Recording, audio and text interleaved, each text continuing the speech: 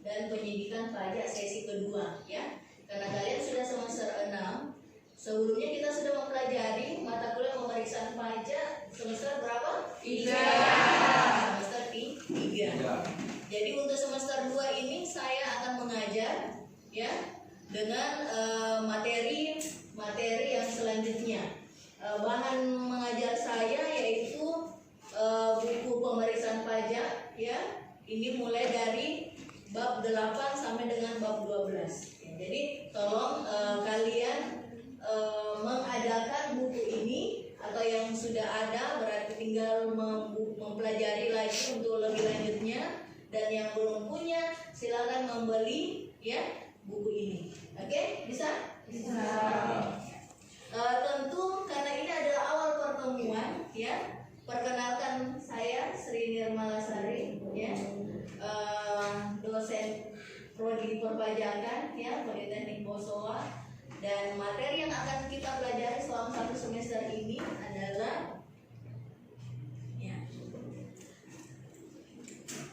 tentu untuk sebelum saya masuk ke materinya, tentu kita akan membahas tentang capaian pembelajaran ya, atau apa saja yang menjadi target saya dalam mengajarkan mata kuliah pemeriksaan pajak ini ya, untuk khususnya sesi kedua ya. Nah, ini silakan dilihat CPU ya, capaian pembelajaran umum ya, atau capaian pembelajaran mata kuliah yang akan saya ajarkan adalah: pertama, saya harapkan kalian mampu untuk mendefinisikan produk hukum pemeriksaan pajak.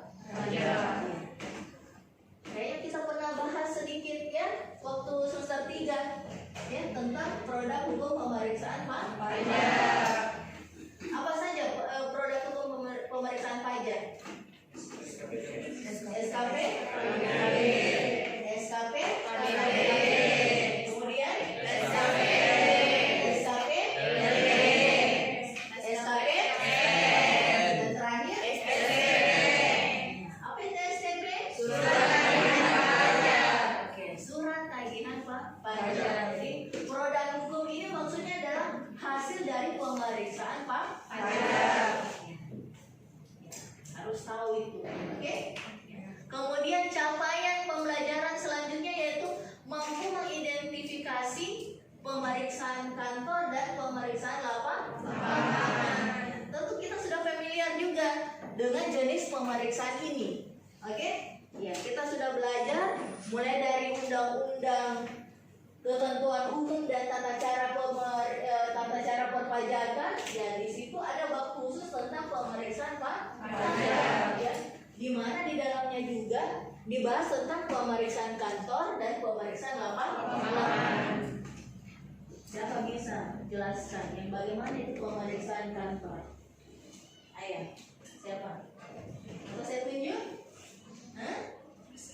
Saya, Bu. Ya, silakan. Pemeriksaan kantor adalah pemeriksaan yang dilakukan di kantor Direktorat Jenderal Pajak atau KPP.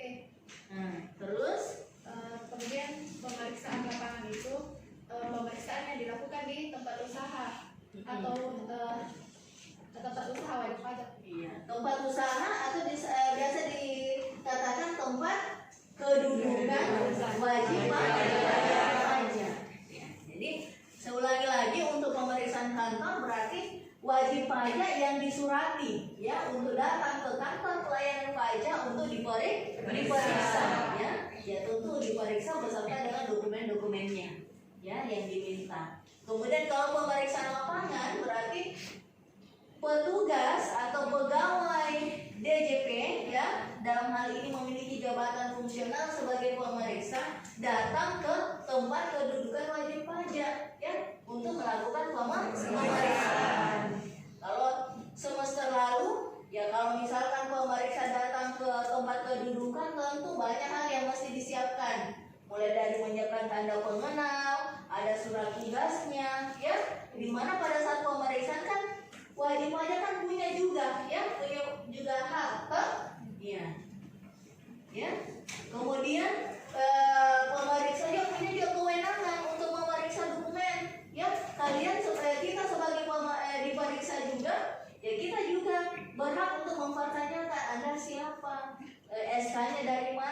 seterusnya. Oke? Gitu. Kemudian setelah itu saya mengharapkan ya, kalian bisa mengidentifikasi berbagai pemeriksaan terhadap SPT. Dimana kalau untuk SPT itu jenis SPT ada berapa? SPT massa dan SPT tahunan, ya. Wajib pajak dibagi menjadi berapa? Dua. Ada wajib pajak orang pribadi dan ada wajib pajak badan. Ya, jadi semua wajib pajak ini baik orang pribadi ataupun badan, ya, wajib ya hukumnya ya menurut ketentuan perpajakan untuk menyampaikan surat pemberitahuan. Ya, makanya yang sangat awal atau basic untuk diperiksa oleh pemeriksa pajak adalah apa? Surat pemberitahuan dulu, ya. Bisa dipahami? Bisa. Oke. Kemudian selanjutnya adalah saya harapkan kalian bisa mengidentifikasi pemeriksaan terhadap transaksi hubungan istimewa. Jadi ada spesifik lagi di mana ada transaksi hubungan istimewa yang mungkin terjadi atau bisa saja ada peluang untuk adanya kecurangan atau fraud, ya, sehingga Direktorat Jenderal Pajak yang merasa perlu untuk melakukan pemeriksaan terhadap transaksi hubungan istimewa. Ya. Hubungan istimewa ini dimaksudnya bagaimana? Ya, ada satu afiliasi, ya, ada satu afiliasi di mana ada anak perusahaan, ada induk perusahaan, ya, ya, mereka bertransaksi. Apakah sama harga untuk transaksi mereka dengan harga untuk transaksi dengan orang yang atau perusahaan yang di luar afiliasi? Contohnya misalkan Bosowa, ya, kita tahu Bosowa kan memiliki grup, ya, Bosowa Group memiliki ya mungkin ada sekitar 50-an ya anak perusahaan, mulai dari mobil, ya, kemudian pendidikan seperti kita, ya, kemudian ada taksi, ada pembiayaan, bahkan mungkin ada bank, kayak gitu, ya. Jadi untuk mereka kan ada saling membutuhkan juga sebenarnya. Nah, apakah di dalamnya ada potensi, ya, potensi untuk memanage pajak, ya? Kalau secara teori ya bisa saja ada, kan gitu. Ya, sehingga mengapa dilakukan pemeriksaan pajak atas transaksi hubungan istimewa ini? Kalau tadi sebelumnya yang SPT ini kan bisa saja apakah SPT tahunan orang pribadi, ya, atau badan, ya.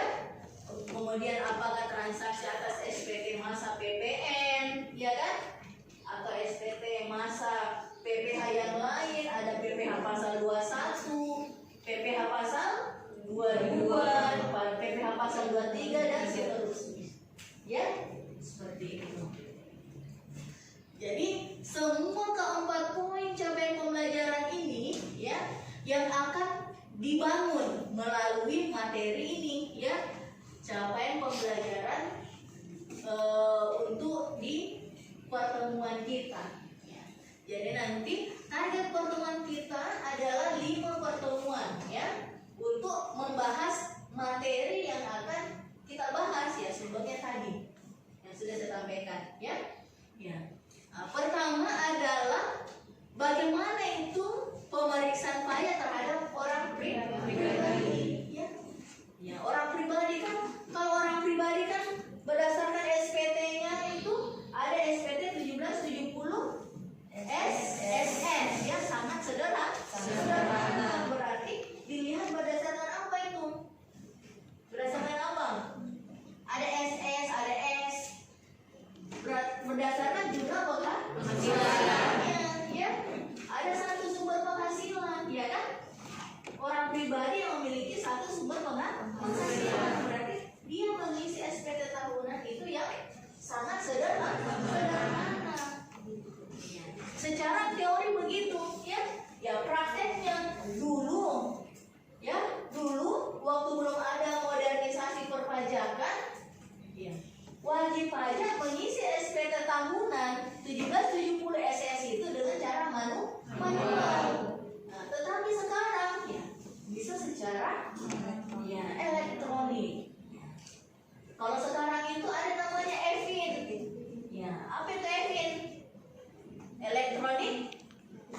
ya PIN yang digunakan untuk bisa login secara elektronik. Ya, masuk ke website DJP, kemudian login, ya, masukkan EVIN yang sudah kita minta dari kantor pelayanan pajak. Jadi biar orang di rumah, ya, kita misalkan saya dosen, ya, karena saya memiliki penghasilan dari yayasan, tentu saya walaupun yayasan sudah memotong pajak penghasilan atas penghasilan saya, tetapi saya tetap harus melaporkan diri. Mengapa? Karena saya memiliki nomor pokok wajib pajak. Ya, begitu penyediaan badan semua, ya. Bahkan sampai PPN, faktur itu juga memiliki nomor elektronik, ya. Ya, tinggal dimasukkan, ada kodenya, ya. Kalau faktur kan apa? Nomor faktur. Iya. Ya. Tentu kalian sudah merasakan ya faktur itu bagaimana, ya? Ada nomor faktur yang diambil dari DJP, nomor sekian sampai nomor sekian, ya. Berarti hanya kita yang pakai nomor itu, tidak ada yang lain. Oke, ini menjelaskan tentang konsep pemeriksaan pajak terhadap orang pribadi. Kemudian pertemuan kedua, ya, saya mengharapkan kalian mengetahui, ya, bagaimana pemeriksaan pajak terhadap perusahaan atau badan. Perusahaan atau badan, ya, tentu namanya perusahaan atau badan, tentu ada beberapa jenis pajak yang terkait dengan mereka, ya. Pada saat penggajian berarti terkait dengan PPh pasal 21, ya. Pada saat membeli barang, terkait dengan PPN, ya, pajak pertambahan nilai, ya, kayak gitu. Kemudian ada uang, misalkan ada dana dari pemerintah, dana APBD atau dana APBN, berarti PPh pasal 22, ya. Iya, PPh pasal 22, ya, terkait dengan uang, ya, yang digunakan yang bersumber dari APBD.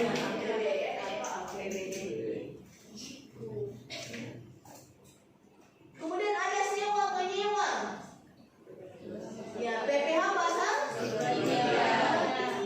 ya. Jadi ini badan ini yang melakukan jenis kegiatan itu, di mana kegiatan itu ada yang menjadi objek pajak.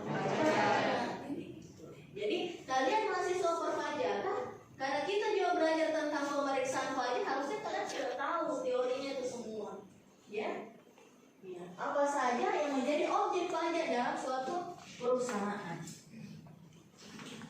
Kemudian saya harapkan juga dalam satu semester ini, ya, kalian mengetahui konsep pemeriksaan pajak penghasilan, ya, pajak penghasilan. Ada PPh pasal 21, PPh pasal 22, PPh pasal 23, PPh pasal 4 ayat 2, pasal 4 ayat 2, PPh pasal 24, PPh pasal 25, ya. Ada lagi PPh pasal 26, PPh pasal 15 aja, ya. Oke. Jadi kalau mau lihat terkait dengan pajak penghasilan, ya, silakan lihat di Undang-Undang PPh. Ya, ada yang tahu Undang-Undang PPh nomor berapa, tahun berapa? Undang-Undang PPh nomor berapa, tahun berapa? Ayo.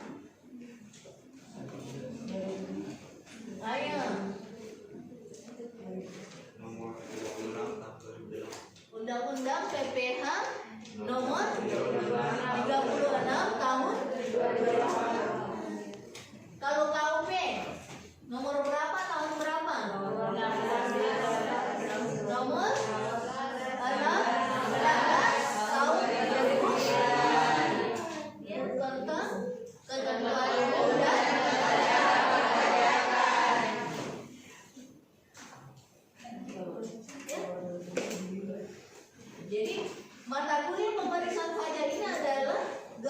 dari mata kuliah yang sudah kita pelajari sebelumnya, plus pengalaman PPI kalian selama 2 semester.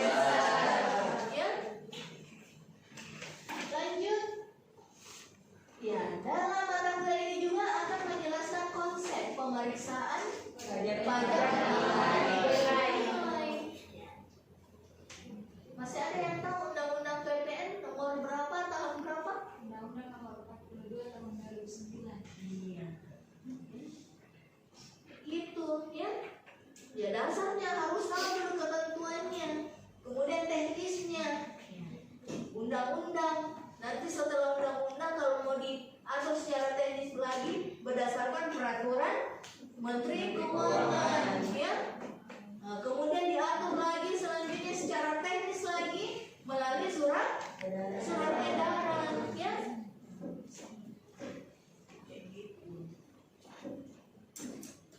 Lanjut, terakhir adalah ya dalam mata kuliah ini saya harapkan kalian mengetahui tentang ya, konsep pemeriksaan atas transfer pricing. Transfer pricing tadi yang saya jelaskan sebelumnya adalah transaksi yang terjadi ya atas adanya hubungan istimewa. Apakah di sini ada yang memiliki hubungan istimewa? Hah? Hubungan istimewa apa yang kalian maksud dengan yang saya maksud? Hah? Hah? Hubungan istimewa karena kalian adalah satu kelas. Ya. Misalkan kalian ada yang jualan, ya? Ya. Ada yang jualan. Ya tentu ini harga tomat kayak gitu, harga tomat di bawah. Nah, nanti setelah keluar dari kelas ini, ya kalian jual lagi dengan harga normal misalnya. Berarti itu ya termasuk manajemen, ya. Manajemen harga, otomatis juga manajemen pajak. Misalkan kalau dia adalah objek pajak. Ya, jadi ada transaksi yang merupakan salah satu objek pajak yang di-manage. Ya, namanya manajemen pajak ya. Ya, ada diperbolehkan dan ada yang tidak diperbolehkan. Apa istilahnya itu kalau manajemen pajak yang diperbolehkan? Apa? Apa? Hah? Tax planning. Ya, tax planning itu manajemen pajak. Ada namanya avoidance dan tax saving atau apa? Apa? Avoidance dan apa? Hah? Hah? Treaty atau apa? Hah? Hah? Ayo. Tax apa? Tax avoidance dan tax evasion. Ya. Ya. Yang avoidance itu yang diperbolehkan atau tidak diperbolehkan? Tidak. Ya. Jadi ada manajemen pajak yang sesuai dengan ketentuan perpajakan sehingga dia diperbolehkan. Ya contoh, ya misalnya ya transaksi atas pembelian barang ya yang merupakan objek PPh pasal 22, di mana ada pembelian barang maksimal 1 juta atau 2 juta ya, kayak gitu, dan tidak dipecah-pecah kayak gitu. Dia akan terkena pajak atau menjadi objek pajak kalau satu nota, tetapi dia tidak akan menjadi objek jika terpecah-pecah walaupun nilainya segitu. Ya tentu namanya prinsipnya ya mungkin prinsip kita ya semua untuk selalu menghindari pajak. Salah satu caranya dengan itu. Silakan dipecah-pecah, kan tidak menyalahi ketentuan. Ya. Kita tidak menipu, kita tidak memberikan informasi yang salah, ya, walaupun dengan maksud untuk menurunkan pajak, ya, atau menghindari, ya, hanya penghindaran, tax planning atau manajemen perpajakan, manajemen pajak. Paham? Oke, karena saya sudah memberikan, ya, apa-apa capaian pembelajaran pada satu semester ini, tentu saya akan kita akan lanjutkan terkait dengan bahannya, ya, bahan kajian materi yang akan saya berikan. Ya. Tadi saya ulangi lagi bahwa salah satu referensi, ya, dalam mata kuliah ini adalah buku, ya. Walaupun nanti, ya, kita akan kembangkan dengan jurnal, ya, ataupun informasi-informasi yang ada di luar, ya. Tentu kita akan memanfaatkan fasilitas teknologi, ya. Tentu kalian sudah punya handphone semua, ya, ya.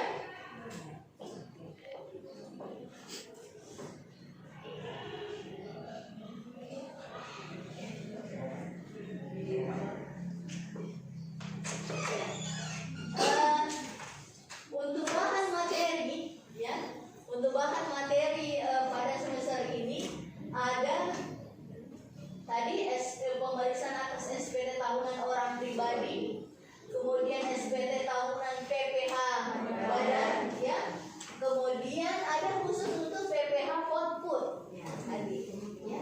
Jadi ada pajak penghasilan yang dipotong dan ada pajak penghasilan yang dipotong sifatnya, ya. Terus pemeriksaan atas SPT masa pajak. Tadi ada SPT tahunan dan ada SPT masa. Ya, SPT masa yang bagaimana, ya, nanti kita. Ya, jadi yang diperiksa adalah SPT. Ya. Kemudian pajak pertambahan nilai tadi, ya, dan pajak penjualan atas barang mewah. Kemudian yang terakhir yaitu pemeriksaan atas transaksi kegunaan istimewa. Oke. Karena hari ini, ya, kita sudah masuk, ya, dalam pertemuan semester ini, tentu saya ingin membagi kelompok di antara kalian, dan yang kita pelajari tentu adalah yang pertama dulu, ya, pemeriksaan atas SPT tahunan orang pribadi. Saya akan bagi kelompok. Di sini berapa orang? 25.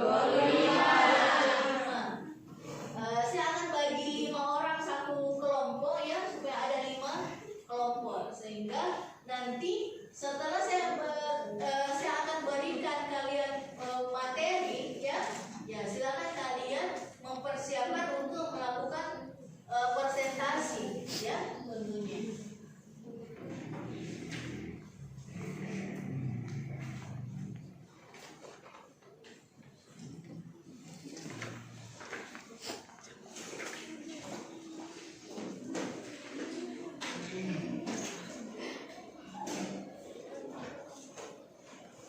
Oh ya, kalian kan sudah terbagi menjadi 5 kelompok, ya? Ya, oke. Kalau begitu tanpa saya perintah lagi, nama-namanya silakan mengatur berdasarkan kelompok yang sudah disepakati. Ya, kan sebelum pertemuan tadi saya katakan bahwa bagi memang 5 kelompok kalian, supaya nanti pada satu kalian kelompok tidak ada yang bingung dengan kelompoknya. Oke, silakan dibagi kelompok menjadi 5.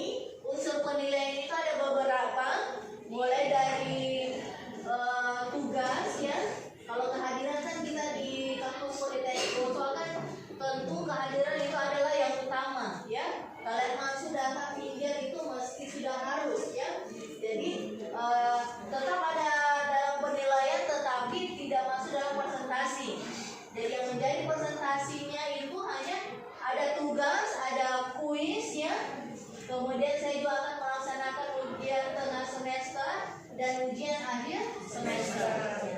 Jadi tolong disampaikan semua tugasnya. Jika ada yang berhalangan hadir, apakah izin atau sakit, nah silakan menyusul ya. Tolong dihubungi dosennya ya. Jika tidak masuk.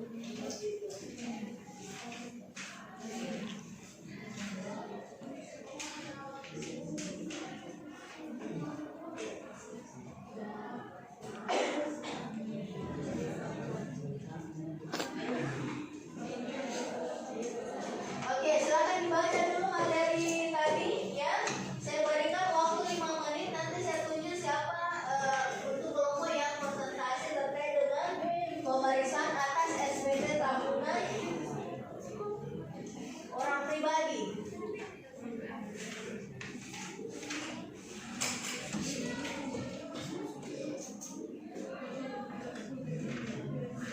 Silakan dilihat yang bagian A saja dulu ya, terkait dengan pemeriksaan atas orang pribadi yang peredaran usahanya tidak melebihi 4,8 miliar. Silakan nanti dijelaskan itu bagaimana tahap-tahap ya pemeriksaannya ya, mulai dari melakukan pengujian kelengkapan ya, kemudian dilakukan juga pengujian yang lain ya, kelengkapan mulai dari tentang DJP ya, kemudian terkait dengan akun rekening wajib pajak ya, melakukan pengujian kekayaan bersih, pengujian biaya hidup dan seterusnya ya.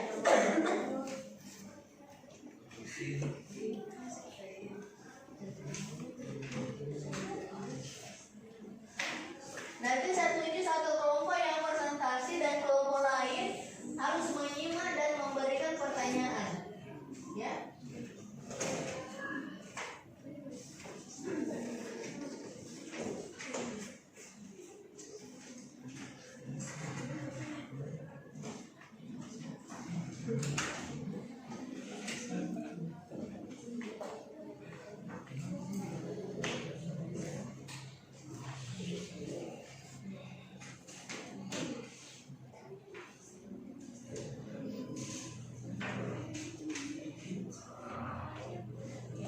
Ini dia komponen penilaian saya ya. Kehadiran saya tidak berikan presentasi karena ini merupakan keharusan Anda berkuliah di Politeknik Posoa, dan yang menjadi komponen tugas penilaian saya mulai dari tugas 40% ya, karena tugas ini kan mencerminkan kehadiran kalian ya. Jadi memang penekanannya di situ. Kemudian kuis ya, saya akan melaksanakan 2 kali kuis. Setelah 2 kali materi saya akan memberikan kuis. Dan UTS ini tengah semester ya, tiap 3 kali pertemuan saya akan memberikan ujian ya, ujian tengah semester dan ujian akhir semester. Dimana kalau kita di sini kan 6 pekan teori dan 12 pekan ya untuk praktek ya. Jadi kita selesaikan di pekan teori. Jadi tolong kalian memperhatikan ya, karena kalian datang ke kampus ini karena untuk apa? Untuk belajar ya. Ya tentu pesan orang tua ya, nak kamu harus belajar ya. Jadi kalau saya dulu dosen saya mengatakan bahwa pekerjaan mahasiswa itu ada 3 ya. 1 belajar, 2 belajar, dan 3 belajar ya. Tidak ada yang lain ya selain belajar.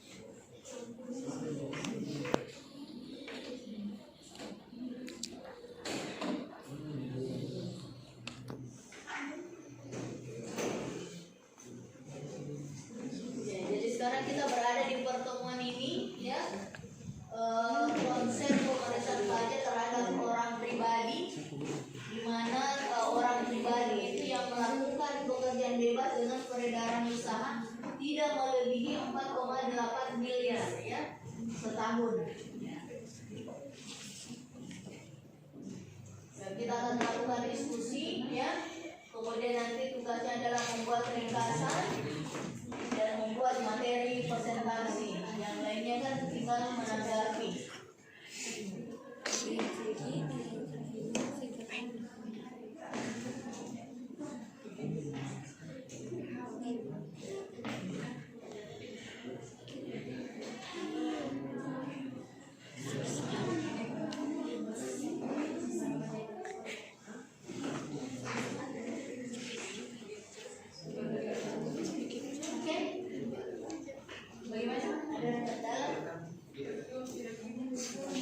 Silakan ditanggapi temannya kalau ini ya. Kelompok berapa?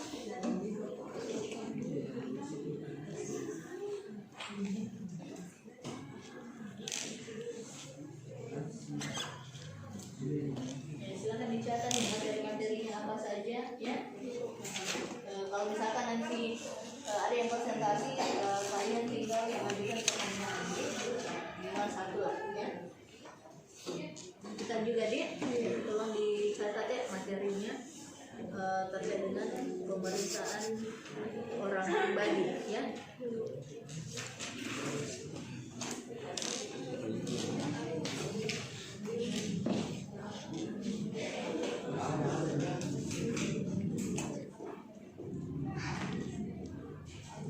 Bagaimana kelompoknya dibahas ya. Ini tadi yang materinya tadi ya, silakan cari referensi lagi membahas tentang itu. Mungkin ada penelitian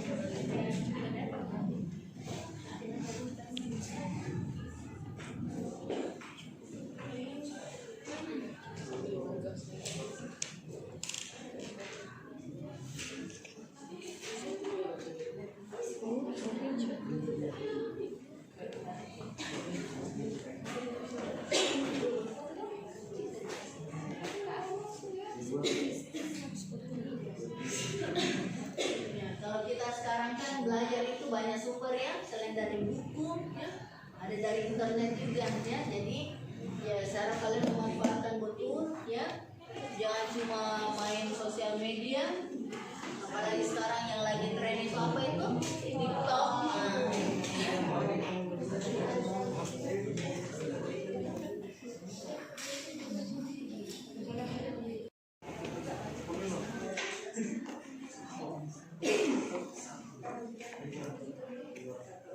Kalau nanti temannya yang mempresentasikan tolong ditanggapi yang memberikan pertanyaan, atau mungkin ada pertanyaan temannya yang kalian bisa jawab, silakan dijawab ya. Oke, kelompok berapa?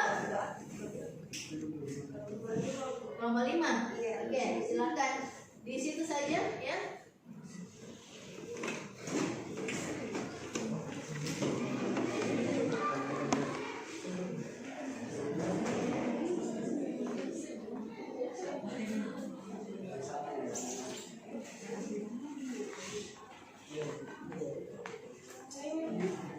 Assalamualaikum warahmatullahi wabarakatuh. Waalaikumsalam warahmatullahi wabarakatuh.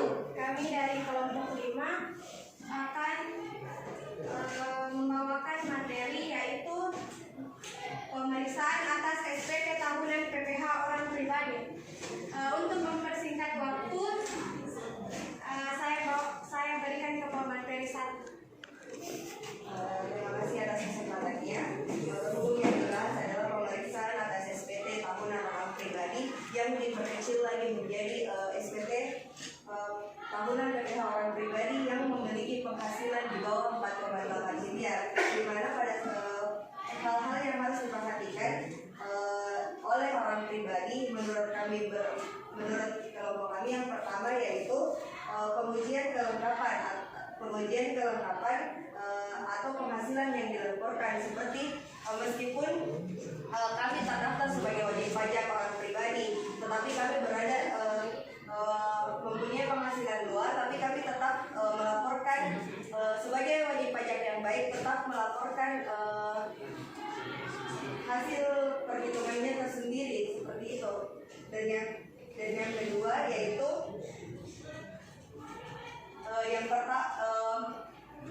melakukan pemanfaatan data ya, baik di internal DJP maupun internal pribadi. Pemanfaatan data yang dimaksud adalah DJP sudah pasti ketika mempunyai nomor pokok wajib pajak kita, otomatis dia mengetahui nama kita dan data-data yang lain. Dan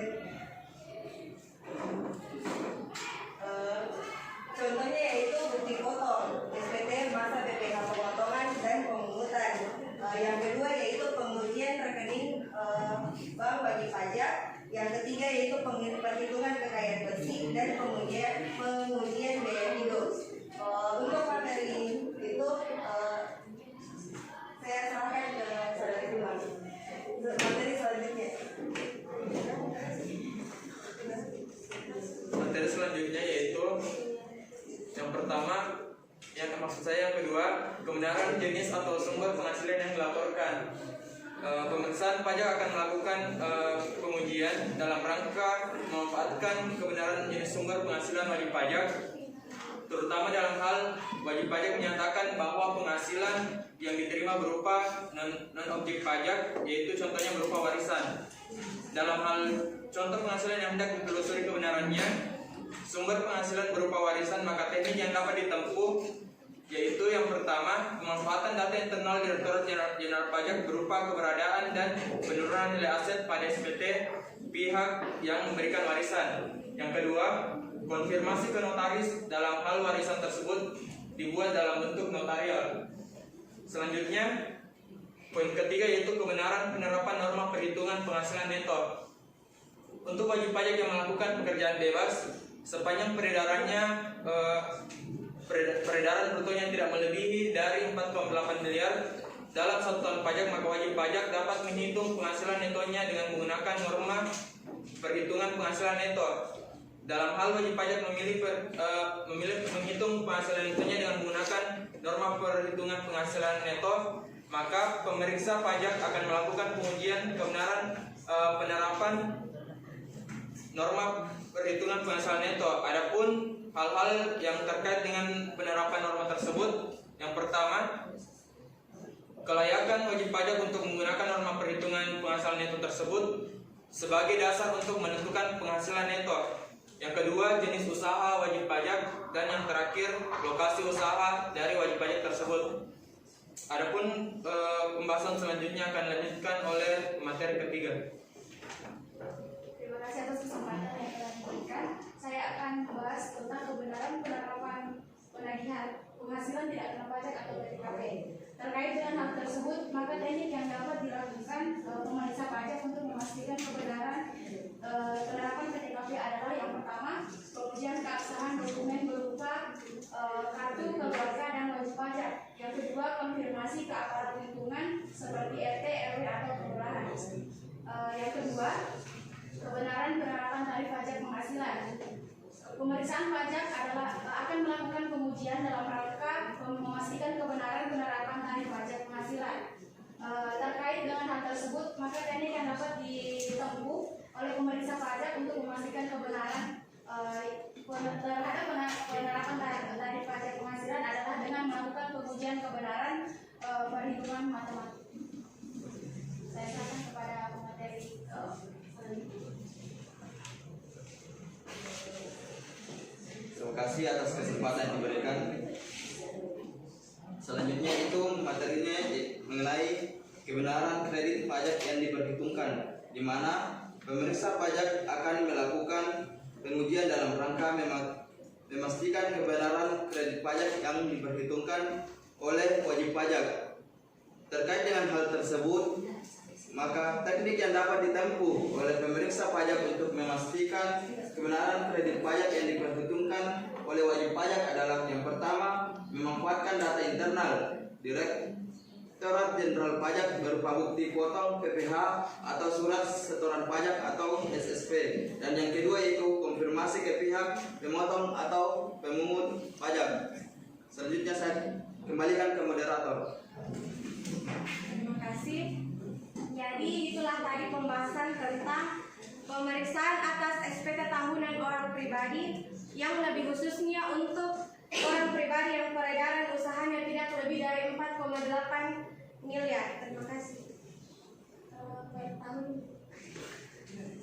Oke, sudah? Ya.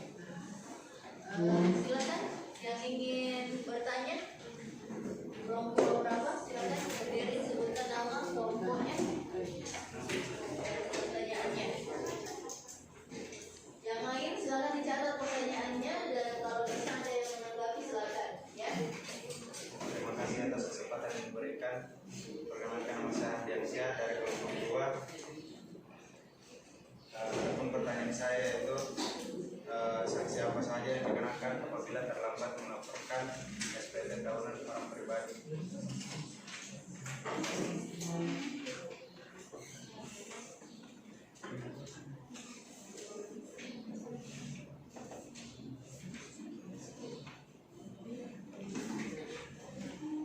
Selanjutnya,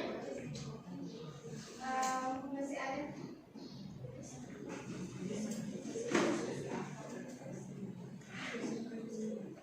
Masih ada yang mau bertanya? ya.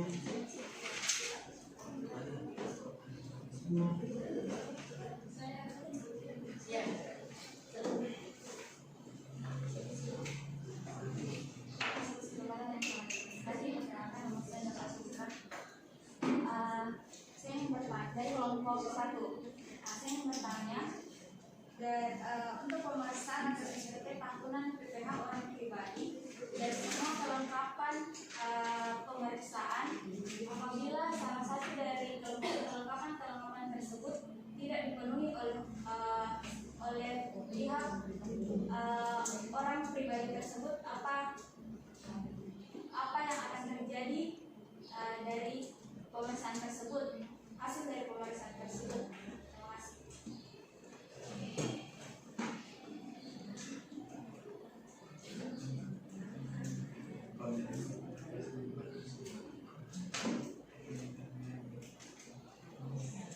Baik, cukup.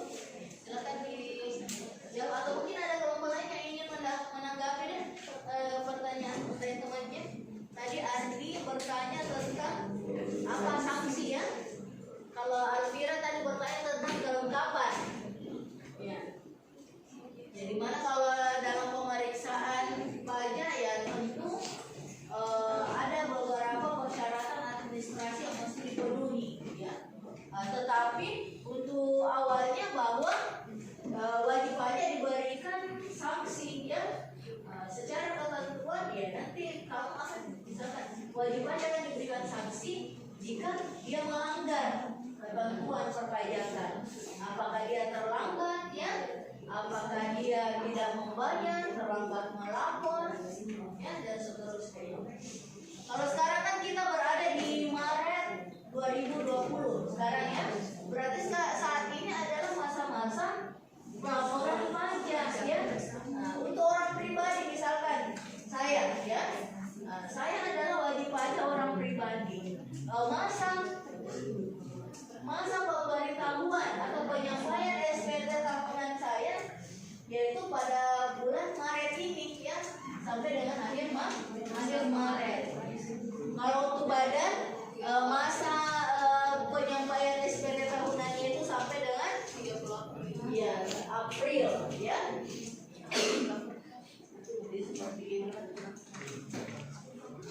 Terus perlu jadi ingat bahwa pemeriksaan itu ya bukan hanya dikatakan mau restitusi ya baru diperiksa, ya. Tidak pernah bayar pajak setelah datanya dilihat baru diperiksa, tidak, ya. Tetapi ada juga dilakukan petugas pemeriksaan di kantor pelayanan pajak itu melakukan pemeriksaan secara rutin. Itulah yang atas SPT kita, ya. Walaupun misalkan saya sampaikan SPT dengan hasil nihil karena kan sudah dipotong, ya. SPT saya tentu akan dicek kembali di KPP di sana, ya. Ini si wajib pajak atas nama Sri Nirmalasari dengan hasil nihil, ya. Dia dengan satu sumber penghasilan misalkan. Atau si siapa Gilang misalkan, ya. Gilang dia penghasilannya ternyata lebih besar, tetapi Tapi kenapa dia nihil? Harusnya secara hitung-hitungan mungkin logika DJP tidak nihil, sehingga dia diperiksa kembali, ya, dicek kembali ada apa dengan SPT-nya gitu. Jadi asalnya dari situ. Oke, sudah? Ya, silakan. Untuk pertanyaan saudara Hadian Syabuk, tentang sanksi apa yang dikenakan apabila terlambat melaporkan SPT tahunan orang pribadi. Seperti yang kita pelajari bahwa apabila kita terlambat dalam melaporkan SPT tahunan, maka akan dikenakan sanksi administrasi berupa denda, yaitu sebesar 2% dari pajak penghasilannya, yang dimana keterlambatan itu terhitung dari 1 bulan penuh. 1 bulan penuh. Jikalau dia terlambat 10 hari dalam waktu 1 bulan itu, maka akan tetap diperhitungkan senilai 1 bulan. Seperti itu. Silakan, ada tanggapan mungkin deh? Ada. Yang lain mungkin ada tanggapan atau pertanyaan lanjutan terkait dengan sanksi? Sudah? Oke? Ya, silakan dilanjutkan lagi pertanyaan selanjutnya. Terima kasih. Saya akan menjawab pertanyaan dari Alvira dari kelompok ke-1.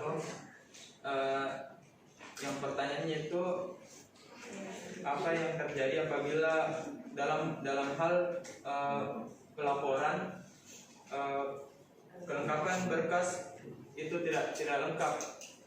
Menurut kelompok kami, apabila dalam proses pelaporan pajak tentunya dokumen-dokumen penting yang terkait dengan pelaporan itu harus dilengkapi. Apabila dokumen tersebut tidak lengkap, maka proses pelaporan tidak dapat dilaksanakan. Seperti itu. Saya kembalikan kepada saudari Alvira. Ya, bagaimana tanggapannya? Iya, apa? Diterima. Apanya diterima? Coba ulangi, berdiri kembali. Kalau kelengkapan berkas untuk pelaporan itu harus dilengkapi. Apabila tidak dilengkapi, maka proses pelaporan tidak bisa dilaksanakan. Mungkin saya perhalus sedikit, ya, bukan yang tidak bisa dilaksanakan, tetapi menghambat, ya. Bukan pemeriksa pajak kan tentu, saya mau dokumen ini, saya mau dokumen ini, saya mau dokumen ini. Kalau ternyata dokumen itu tidak ada, ya bagaimana caranya saya mau mengaudit, kan kayak gitu. Nah, tentu Anda menghambat pemeriksaan. Walaupun tetap dilaksanakan, tentu ada saja kekurangannya, ya.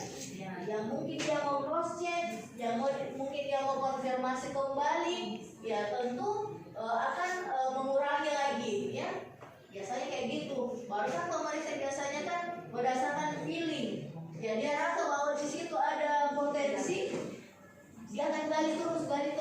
Anda tidak lengkapi, berarti dia tambah penasaran. Mungkin dari sisi lain dia akan menelusuri. Makanya kalau audit itu ada tracing, menelusuri, mengkonfirmasi, ya, menghitung kembali dan seterusnya. Begitu pun juga dengan pemeriksaan pajak ini. Tentu terkait dengan pajak. Sudah? Sampai di sini ada pertanyaan lagi? Oh ya, silakan. Mau bertanya kemana? Ke saya atau ke kelompok tadi? Ke kelompok tadi. Iya, silakan. Satu lagi, ya. Terima kasih atas kesempatannya. Saya dari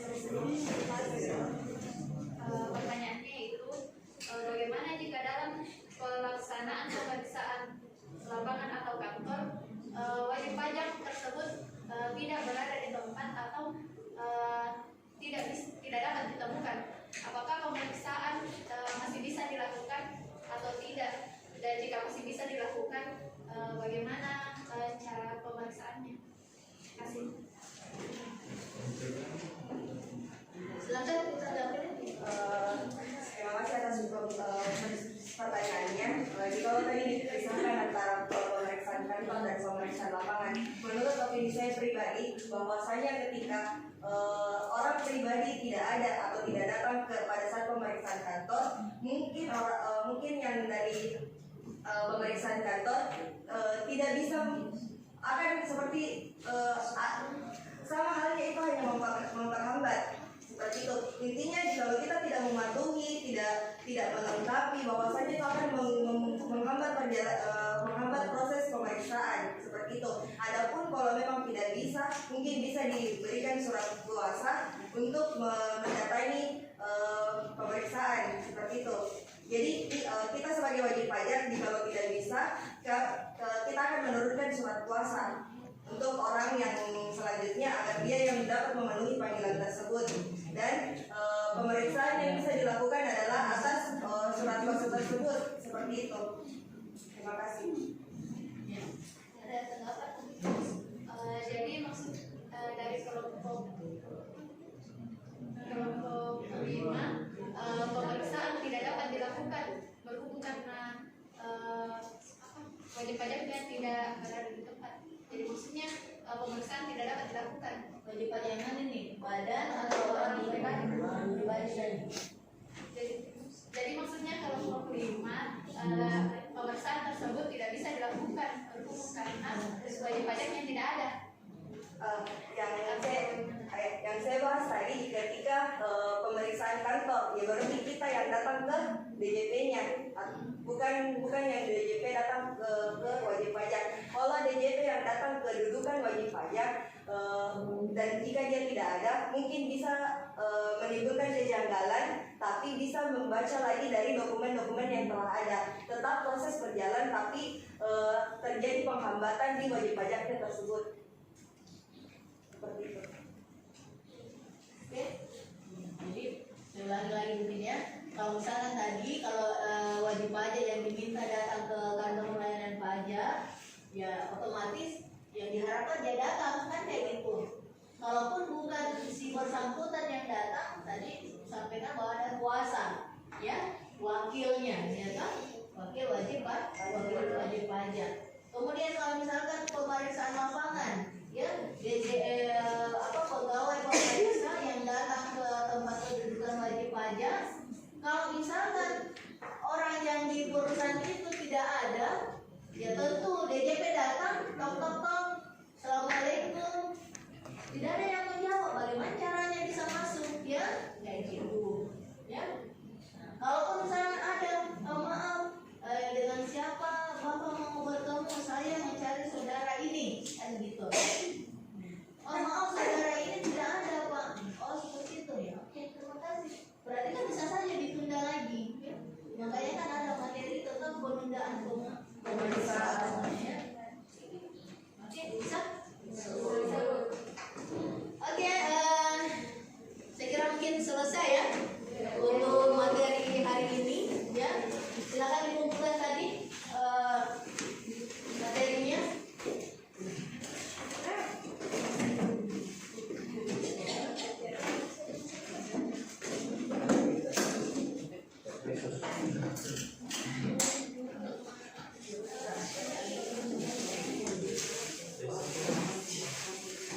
Pekan depan ya, hari Selasa ya, kita akan masuk untuk materi selanjutnya, dan saya harapkan kalian mengerjakan tugasnya, ya. Kemudian tetap semangat, ya. Melaksanakan materi ini, kalian juga sambil menyelesaikan tugas akhirnya, ya. Kembali lagi niatkan